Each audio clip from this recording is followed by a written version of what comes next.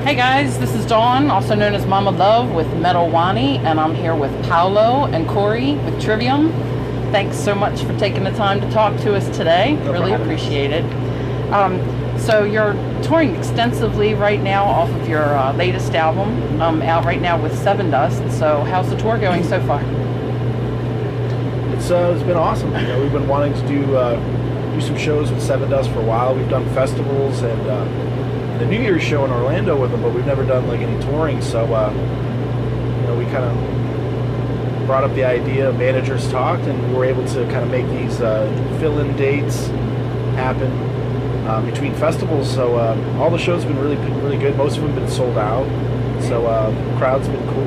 So yeah, that covers my next question about the fan response. I guess it's been really good. Yeah, it's a good mix. You know, there's definitely a lot of crossover fans that are fans of both bands, and then we have our fans come out, they have their fans come out. So it's good that you know, I think we work really well together, and I think it's good for both bands because there's definitely some new people that we're playing in front of, and same thing for them. So it's been good.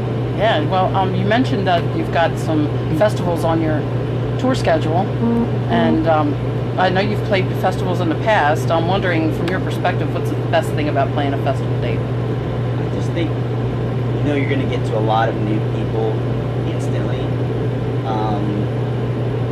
You're always trying to get to the maximum amount of fans. You can't be playing to 45, 50,000 people in one go. This is just a great way of getting our music out there. It's kind of like the teaser for people. You get a 30-minute set from us, we like what we did there for 30 minutes. You come see us in the fall, and we come back on a headliner, and that is just the way we've kind of built our band. It's been festivals, headliners, support tours, and you're just kind of always doing that. You're chipping away at new fans, and then you build up a big fan base. And we've been lucky. We've got 10 years of, or more than 10 years of just work building that fan base, and these festivals help big time. Great. Is there any drawbacks you can speak of? That we're only playing 30 minutes. Yeah. Okay. We're used to playing longer, so 30 minutes is just kind of like a warm-up. We make it count. Well, the shows are always great, and I guess the only thing is, like, depending on where you are in the world playing a festival, you know, just some kind of like basic needs and stuff is kind of like, right. You're just like, how come there's no shower or something? You know, it's like, it's just kind of little stuff like that, but the shows are always great. Over here have been great. They do well with the amenities, and yeah, they keep getting better and better. Yeah, they're better and better. The ones like Rock on the Range, the Welcome to Rockville, all the Danny Wimmer festivals are like spot on.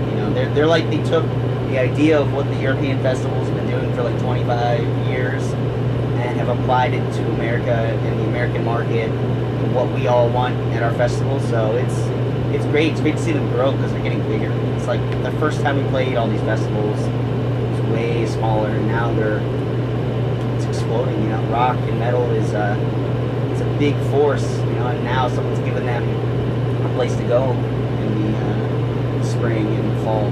Right. There's a lot of new U.S. festivals are cropping up. I'm going to be. Yeah.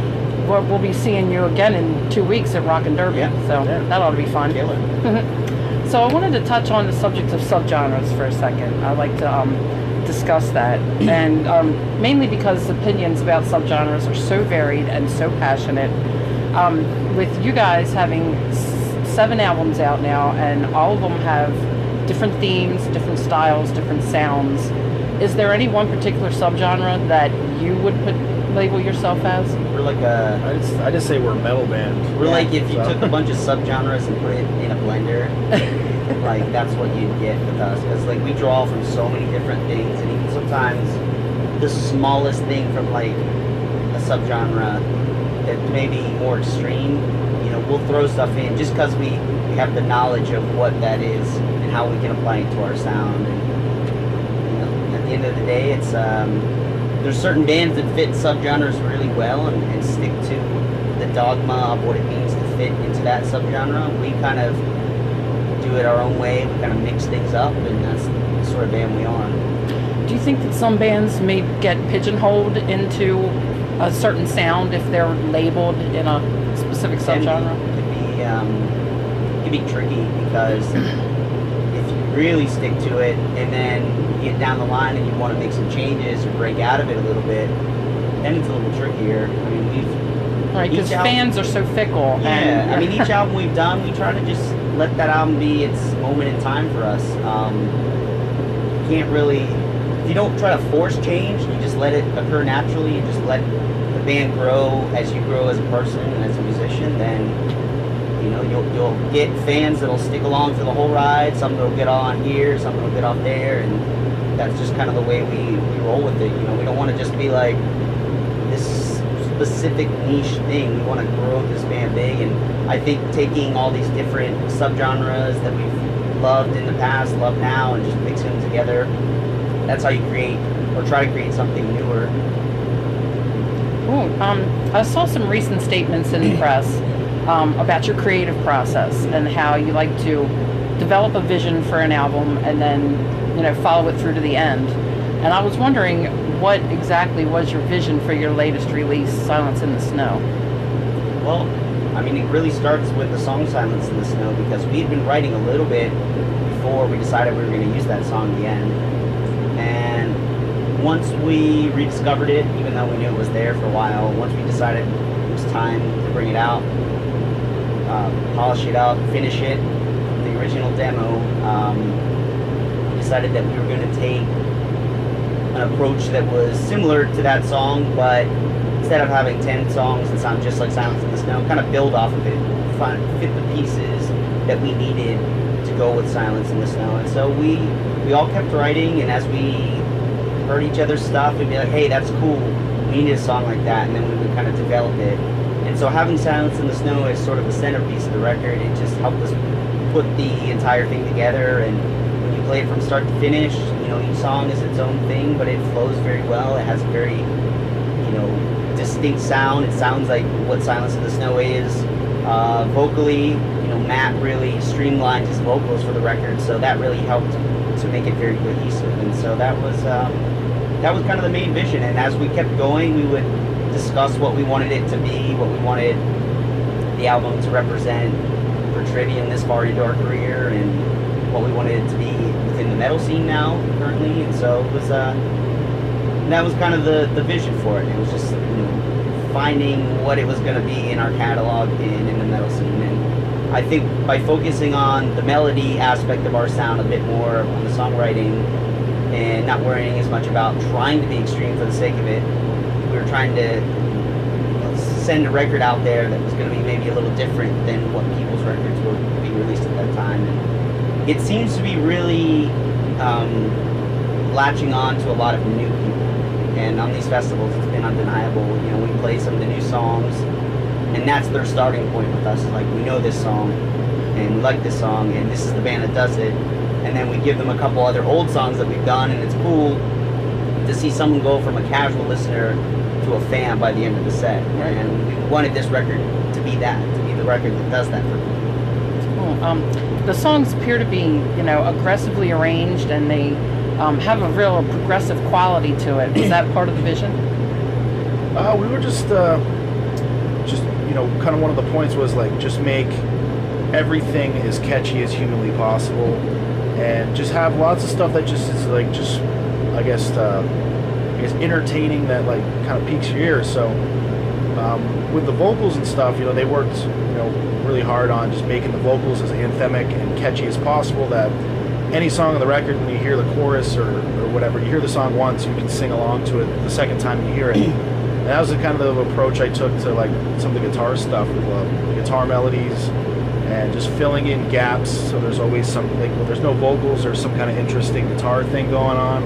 So there's a lot more, I guess, when the vocals aren't being big and melodic, you know, we try to make all the guitar stuff, when the singing, or even when the singing was happening, as catchy and hooky as possible as well. So it was just all about just, you know, trying to make the best and fit, you know, I guess, the most interesting melodic content into a song to just make it fun to listen to. Yeah. So.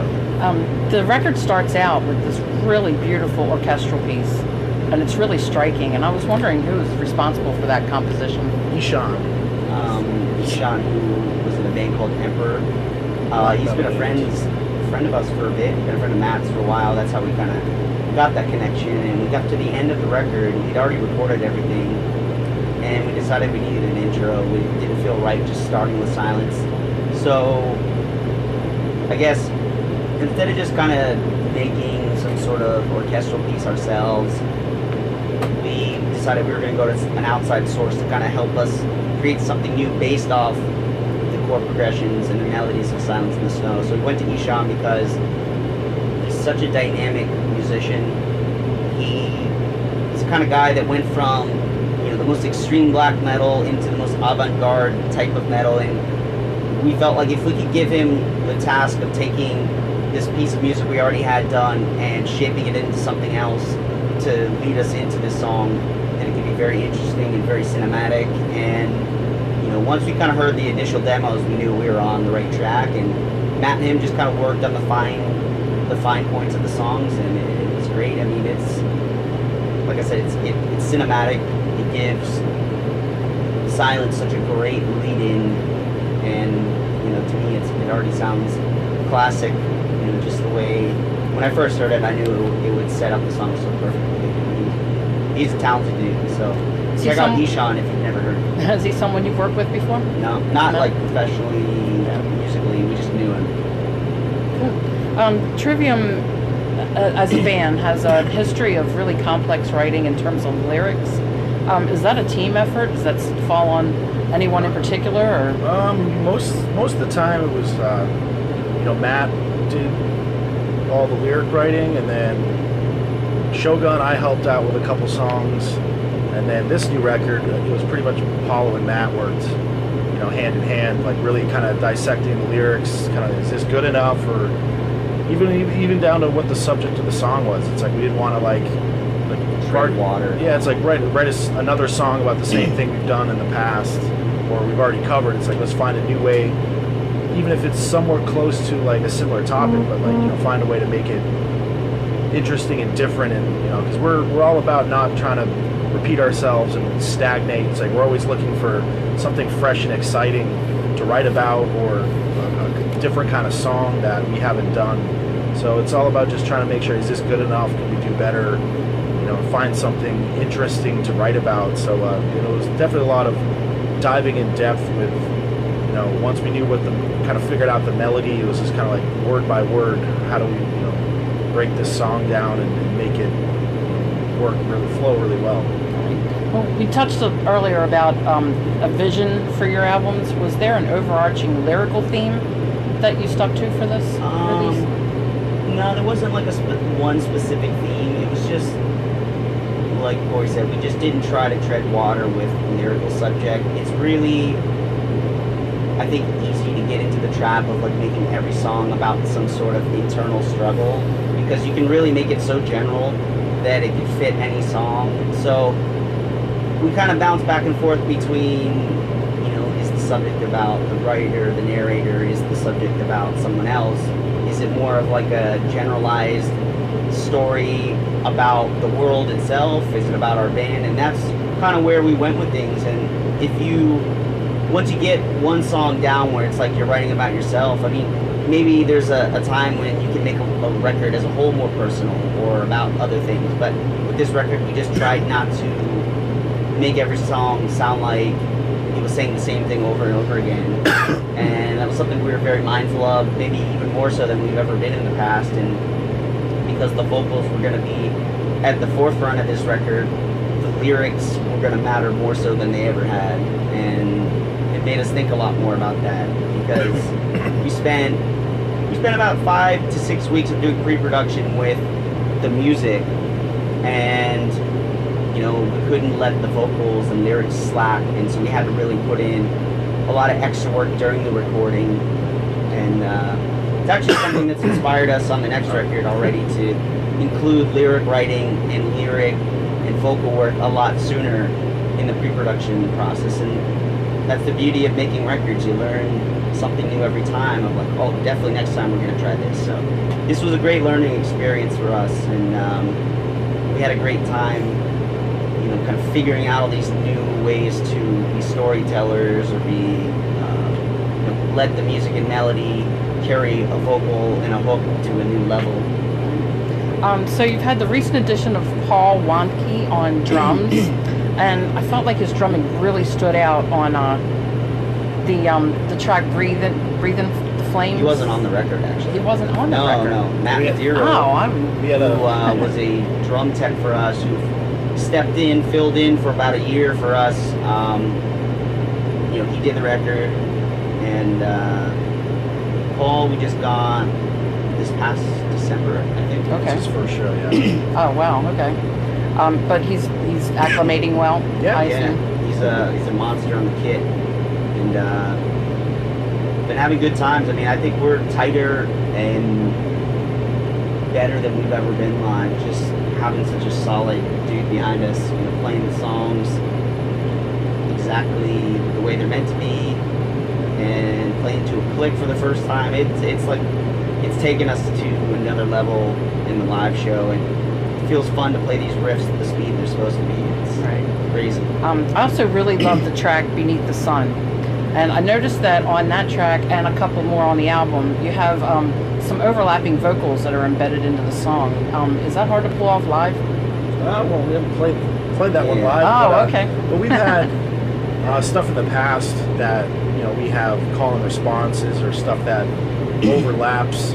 And the great thing is, like, you know, Matt does his lines, and then if there's, you know, another part, I do like backup scream stuff or stuff that he can't do because it's switching back and forth. Right. And then Paolo jumps in on like harmonizing or We make the extra parts work live, and one thing I like that we do is that because we don't use tracks, is that sometimes you alter parts live. You know, maybe Matt will take a harmony from the record instead of the main, or you know, kind of switch it around to make vocal parts work live. And just like Corey taking a scream, it allows you to pull off these things you couldn't do, and you just kind of alter it for the live setting, and it gives it its own touch. You know, so we're not exactly like a pre-recorded album when we play live. So I saw that you have some tour dates scheduled overseas, Mhm. and Metal Wani being based in India.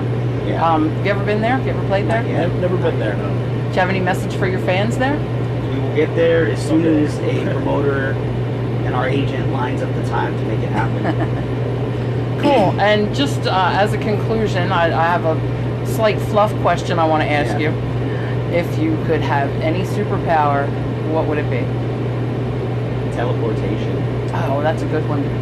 Yeah, then we can go home every day. That'd probably be one of mine, just from if anyone's been on I guess been in the experience of touring as much as we do, and how much, you know, when we put out a record, like how much we're actually home for like 2 years.